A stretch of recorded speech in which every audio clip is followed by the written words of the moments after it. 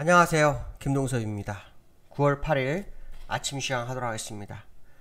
오늘 새벽에 끝난 미국 시장은 상승 마감을 했습니다. 흔들림 없이 계속 상승했고요. 3주 만에 상승으로 전환했습니다. 3주 연속으로 미국 시장은 흔들렸죠. 아시겠지만 지난번 잭슨 미팅에서 제롬 파월의 발언이 미국 시장을 흔들었습니다. 그 이후로 재료가 시장에 계속 악재 재료가 많았고요. 호재는 시장에 반영하지 않는 모습이었습니다. 그것은 금리 인상에 대한 부분, 그렇죠? 이 부분이 인플레이션에서 진행되는 거고, 그 금리 인상이 내년까지 지속될 거다. 이 발언이 굉장히 컸죠. 시장에서는 내년도에 금리 인하 가능성에 대한 부분이 제기됐었지만, 그로 인한 주가 상승은 오해로 인한 상승이다라고 연준 의원이 얘기를 하는 그런 과정이 나왔었고요. 그로 인해서 미국 시장은 투심이 깨졌죠. 그러고 나서 계속 하락하다가 오늘은 상승을 마감합니다.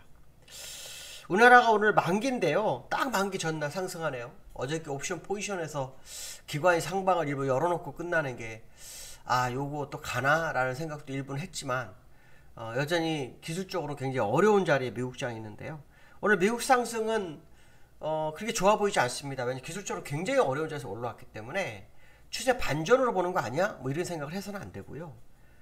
추가 하락을 더 열 수밖에 없게 만든 차트가 된 겁니다. 차라리 빨리 내려오는 게 다음을 위해 좋은데 이렇게 내려와야 할 자리에서 흔들면요, 나중에는 대가가 아주 컸던 그 모습이 좀 있었다, 이렇게 보시면 될 것 같고요. 오늘 미국장의 상승의 원인은 뭐 두세 가지 정도 나옵니다. 하나는 10년물 국채금리가 내려왔어요. 3.339%에서 3.264%. 그러니까 소폭 내려왔는데 일단 주가에 영향을 좀 미쳤다, 이렇게 해석하는 것 같습니다. 그 다음에 유가의 하락이 좀 컸죠.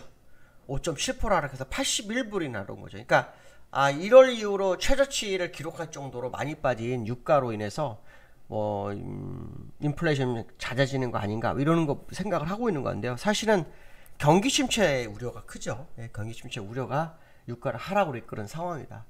사실 겨울이 아직 다가오지 않았기 때문에 유가가 의도적으로 겨울 전에 소폭 밀리는 그런 과정일 수 있다는 걸 생각해 본다 그러면 사실 유가를 믿어서는 안 된다, 이렇게 보시면 될 것 같고요. 레이얼 브레이르너 연준 부의장의 발언이 이번 주에 있을 거다라고 제가 이번 주에 한 이틀 정도 얘기를 해드렸었는데 오늘 발언이 있었습니다. 그가 기준금리가 더 올라야 한다라고 단언적으로 얘기를 합니다. 이유는 인플레이션 잡기 위해서인데요. 그러면서 그가 이제 반대쪽을 봅니다. 과도한 긴축으로 인한 관련된 리스크, 요건 유의해야 한다. 이걸 가지고 또 어떤 해석을 할지 모르겠지만 사실 해석되지가 않는 거예요.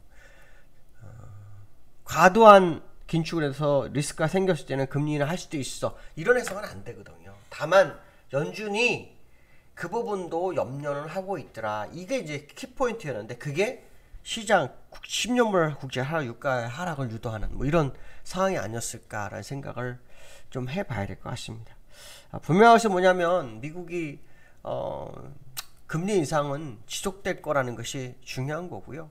그 금리 인상이 지속되는 과정 속에서 결국 시장은 흔들릴 수밖에 없는 거죠. 왜냐, 유동성이 시장에서 빠져나가잖아요. 근데 그거를 생각하지 않고 또 엉뚱한 쪽으로 해석할까봐 좀 신경이 좀 쓰이기는 합니다. 그러나 분명한 것은 뭐냐면 연준 의원들은 금리 인상에 대해서만큼은 거의 확실하다는 것을 어떻게 보면 확인한 하루가 아닌가, 뭐 이런 생각도 해볼 수 있는 하루였다, 이렇게 보시면 될 것 같고요.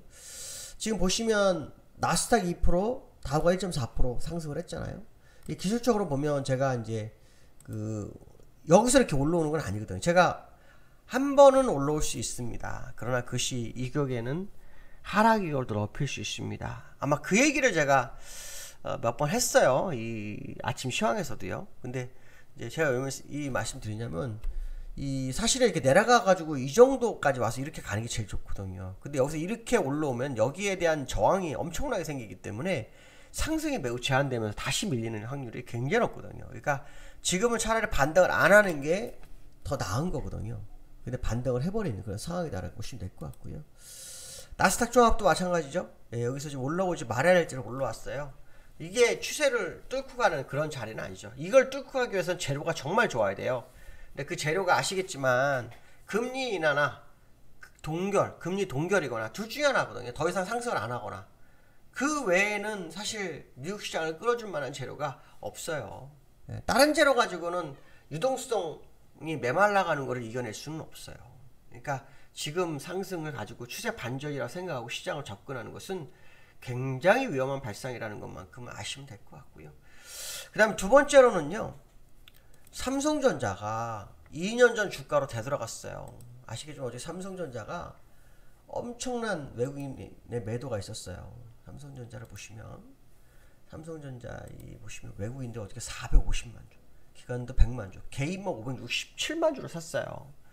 이 삼성전자의 차트를 좀 볼 필요성이 있죠. 삼성전자 보시면 주가가 이 저점으로 다 왔어요. 그렇죠? 저점으로 다 왔어요.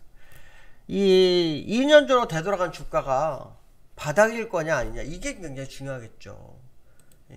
이 주봉으로 보면 이거죠. 2년 전으로 돌아간 거죠. 그렇죠? 여기로 간 거예요.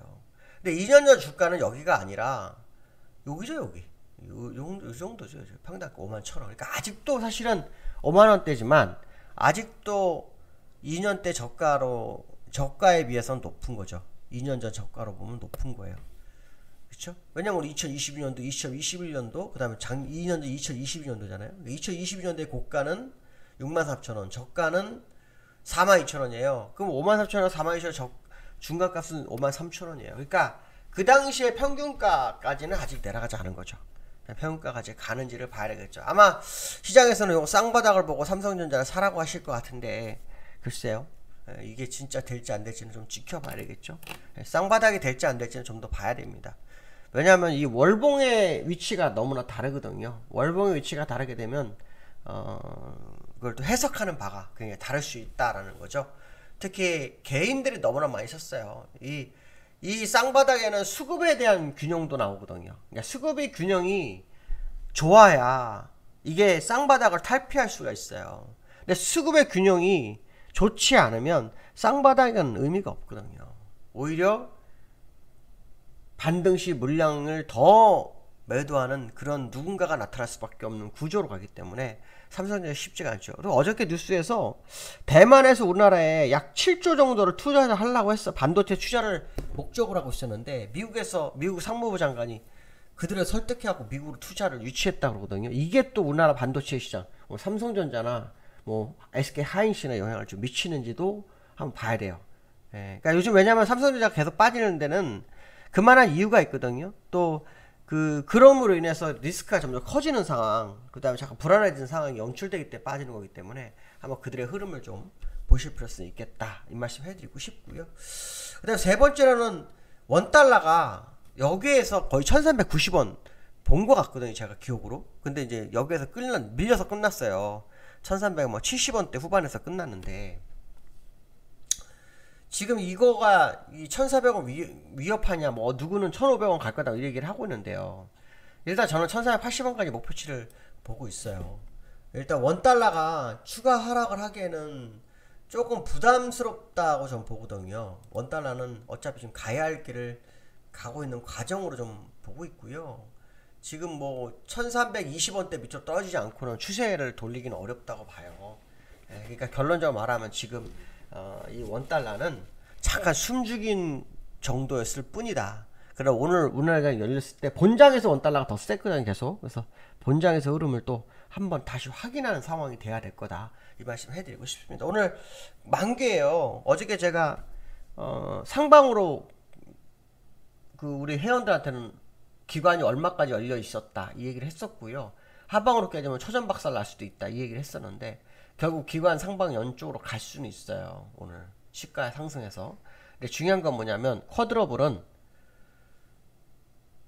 내부 영향을 잘 안 받는다는 게 특징이고요.